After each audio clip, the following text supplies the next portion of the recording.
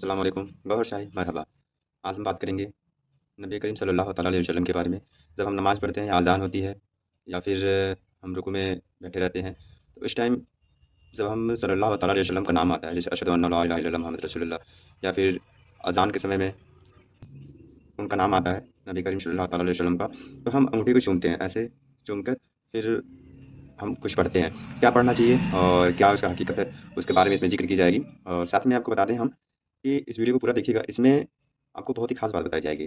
نبی کریم صلی اللہ تعالیٰ علیہ وسلم کے کچھ ایسے واقعہ بھی بتائے جائیں گے جس میں آپ کو کیوں کرنا چاہیے۔ کسی نے سوال کیا ہے کہ انگوٹھا چومنا ضروری ہے یا نہیں ضروری ہے، کیونکہ ہم ہاتھ کو ہر جگہ یوز کرتے ہیں، اچھے کام میں برے کام میں ہر جگہ، تو یہ سنت ہے یا نہیں ہے، اور نماز کے بارے میں بھی بتائی جائے گی، سنت فرض نفل سب کے بارے میں، تو اس کے بارے میں جانکاری آپ کو بہت ضروری ہے۔ تو آئیے جانتے ہیں یونس صاحب کی آواز میں، اور دھیان سے ویڈیو دیکھیے گا۔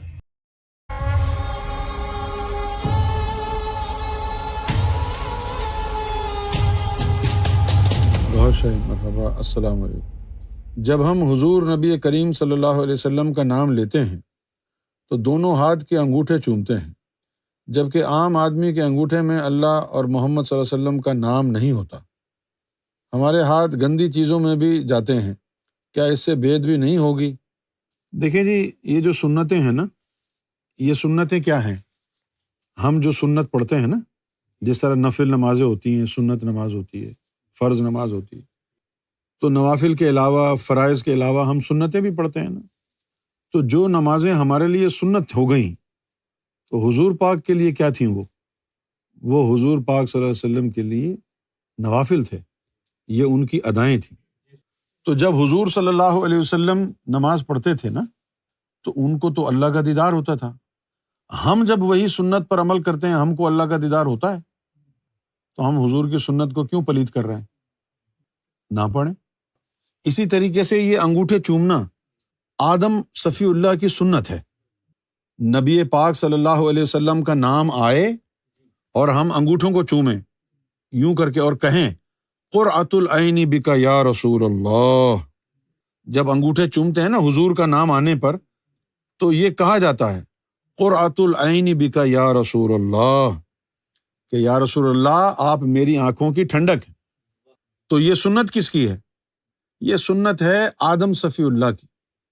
جب اللہ تعالیٰ نے آدم صفی اللہ کو زمین پر اتار دیا تھا نا، تو ایک دن کشف کی حالت میں ان کو عرش نظر آیا، تو وہاں انہوں نے دیکھا کہ اللہ کے نام کے ساتھ محمد لکھا ہوا ہے صلی اللہ علیہ وسلم۔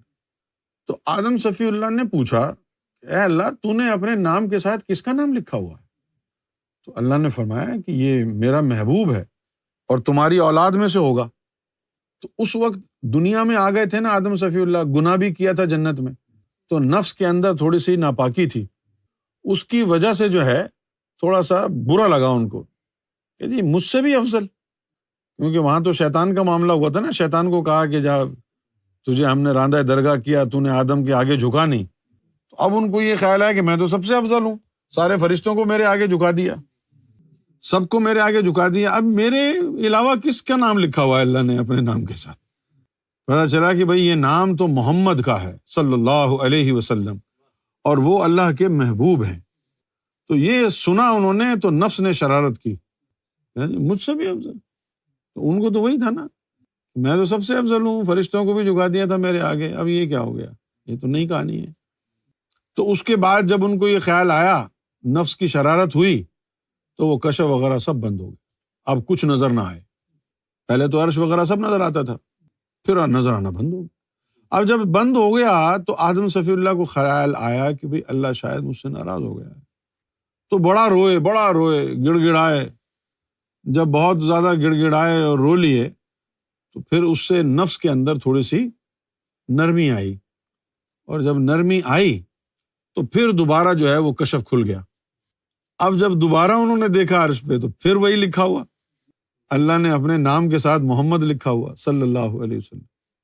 لیکن اب چونکہ نفس میں نرمی آ چکی تھی، تو اب انہوں نے یہ کہا کہ اے اللہ، جس کا نام تو نے اپنے نام کے ساتھ اپنے عرش پہ لکھا ہوا ہے، مجھے اسی کے طفیل معاف کر دے۔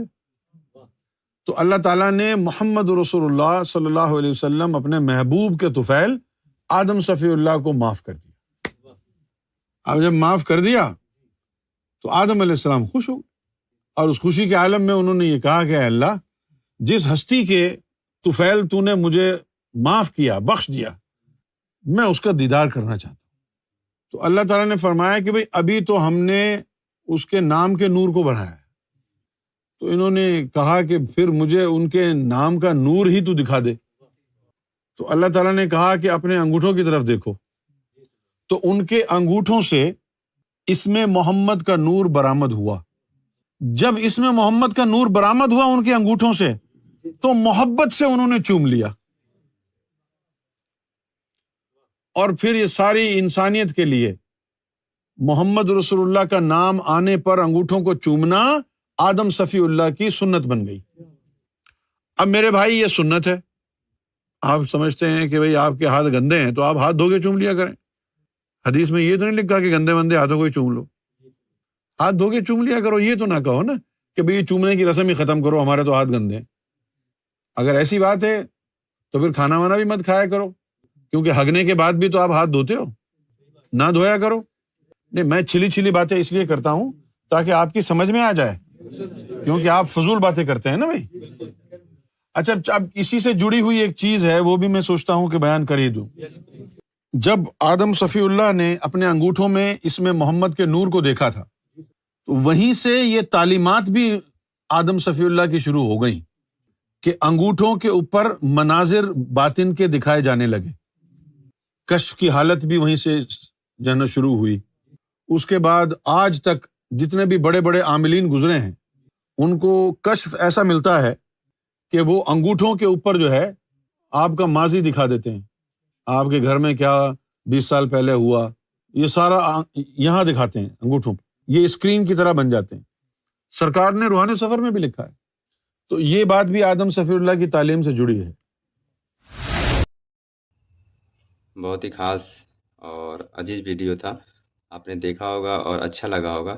ہم آپ کے بتا دیں کہ یہ ویڈیو میں آپ نے جو بھی کچھ سمجھا ہے اور سیکھا ہے، اس ویڈیو کو ضرور شیئر کیجیے گا۔ لوگوں کو زیادہ سے زیادہ شیئر کریں گے، ان کو جانکاری حاصل ہوگی، اور جب جانکاری حاصل ہوگی تو انشاءاللہ وہ بھی دین کے راستے پہ چلیں گے۔